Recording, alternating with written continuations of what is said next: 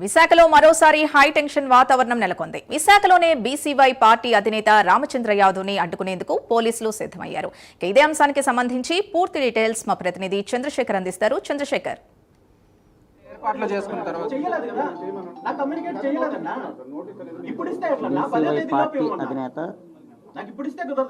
ప్రజాస్వామ్యంలో ఆయన శాంతియుతంగా పోరాడితే ఏంటి సార్ ఇది మిగతా లేదండి.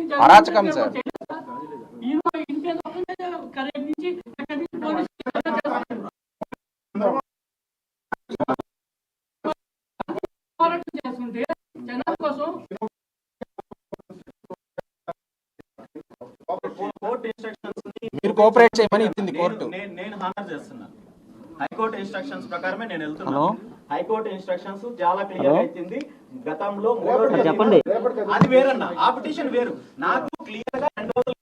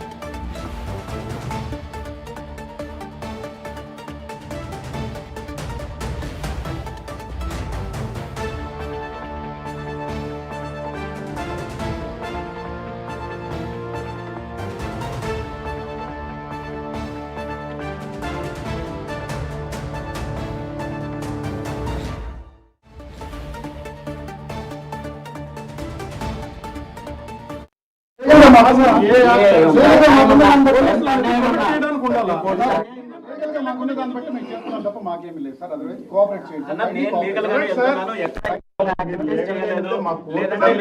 నేను లాండ్ ఆర్డర్ ప్రాబ్లం బ్రేక్ చేయడం కోసం లాండ్ ఆర్డర్ ప్రొటెక్ట్ చేసే విషయంలో పోలీస్ యాంటిసిపేషన్ ఉంటుంది సార్. దాని ప్రకారంగా లాండ్ ఆర్డర్ ప్రాబ్లం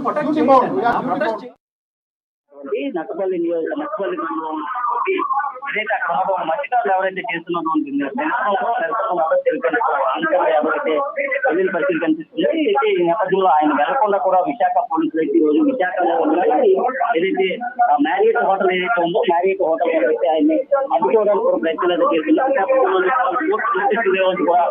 పరిస్థితి కనిపిస్తుంది. కోర్టు అనుమతి ఉన్నట్టు రామచంద్ర యాదవ్ అయితే ఒకవైపు చెప్తున్నప్పటికీ మరోవైపు మాత్రం ఎలాంటి అనుమతులు లేవంటూ కూడా పోలీసులు అయితే ఆయనకు నోటీస్ ఇస్తున్నారు. అయితే అడ్డుకోవడానికి ప్రయత్నం చేస్తున్నటువంటి నేపథ్యంలో కార్యకర్తలు అంతా కూడా పెద్ద ఎత్తున హోటల్ వద్దకైతే చేరుకున్నటువంటి పరిస్థితి కనిపిస్తుంది. నేపథ్యంలో రామచంద్ర యాదవ్ తో పాటు ఇది పోలీసుల మధ్య కూడా స్వల్ప వాగ్వాదం అయితే వచ్చేస్తున్న పరిస్థితి కనిపిస్తుంది. ప్రస్తుతం మన విజువల్స్ అన్ని కూడా చూసుకుంటే రామచంద్ర యాదవ్ కి దాదాపు పోలీసులు అయితే నోటీస్ ఇస్తున్నటువంటి పరిస్థితి కనిపిస్తుంది. అయితే కోర్టు ఆర్డర్ ఉన్నట్టు కూడా రామచంద్ర యాదవ్ చెప్తున్నారు. తనకు 10వ తేదీలో మాత్రమే రిప్లై ఇవ్వాలని పోలీసు కోర్టు చెప్పినప్పుడు కూడా 11వ తేదీని ఎందుకిచ్చారంటూ కూడా ఆయన నిలదీసినటువంటి ప్రయత్నాలు చేసిన పరిస్థితి కనిపిస్తుంది. నేపథ్యంలో చూసుకుంటే పోలీసులకు రామచంద్ర యాదవ్ సంబంధించి కూడా పూర్తిగా వాగ్వాదం అయితే చూసేస్తున్నారు. చూసుకుంటే ప్రతిపక్ష హోదాలో ఏదైతే మాజీ ముఖ్యమంత్రి జగన్మోహన్ రెడ్డి విశాఖలో ఏదైతే పర్యటించారో ఆయనకి ఎలాంటి అనుమతి ఇచ్చారంటూ కూడా రామచంద్ర యాదవ్ అయితే మరోవైపు పోలీసులు కూడా నిలదీసేటటువంటి ప్రయత్నాలు చేశారు. పూర్తిగా చూసుకుంటే ఎలాంటి అనుమతులు లేవని అనకాపల్లి జిల్లా ఎస్పీ నోటీసులు సర్వ్ చేయమన్నారంటూ కూడా విశాఖ పోలీసులు అయితే చెప్పిన పరిస్థితి తీసుకుంది. నేపథ్యంలో ఇటు రామచంద్ర యాదవ్ తో పాటు కోరే స్వల్ప వాగ్వాదం అయితే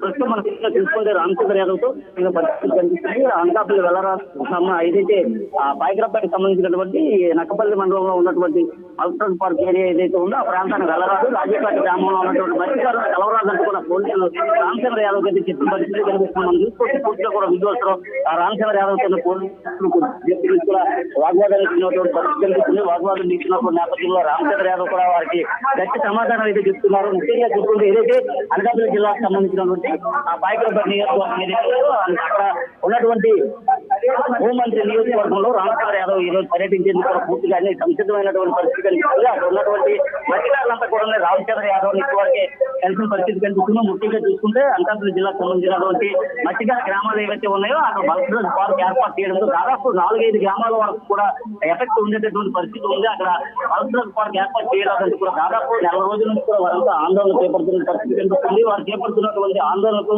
రామచంద్ర యాదవ్ మద్దతు తెలిపేందుకు ఈ నెల 5వ తేదీన వెళ్లాల్సి ఉన్నప్పుడు కూడా ఉన్నాయి. అనుమతులు ఎటువంటి అనుమతులు లేకపోతే ముందస్తుగానే ఆయన్ని రాజమండ్రి పోలీసులు అయితే అరెస్ట్ చేసినటువంటి పరిస్థితి కనిపిస్తుంది. అక్కడే గృహ నిర్బంధం కూడా చేశారు. ఈ నేపథ్యంలో ఆయన హైకోర్టు వెళ్ళినటువంటి నేపథ్యంలో హైకోర్టు కూడా 10వ తేదీలోపు పరిశీలించారు. Right, thank you Chandrasekhar.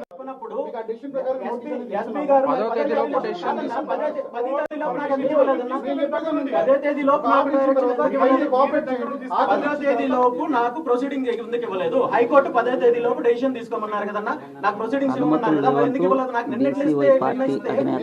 అన్ని ఏర్పాట్లు చేసుకుంటారు, చెయ్యలేదు కదా, నాకు కమ్యూనికేట్ చెయ్యలేదన్నా. ఇప్పుడు ఇస్తే ఎట్లా? 10వ తేదీలోపు ఇవ్వమన్నారు. నాకు ఇప్పుడు ఇస్తే కుదరదు కదా. ప్రజాస్వామ్యంలో చెప్పినప్పుడు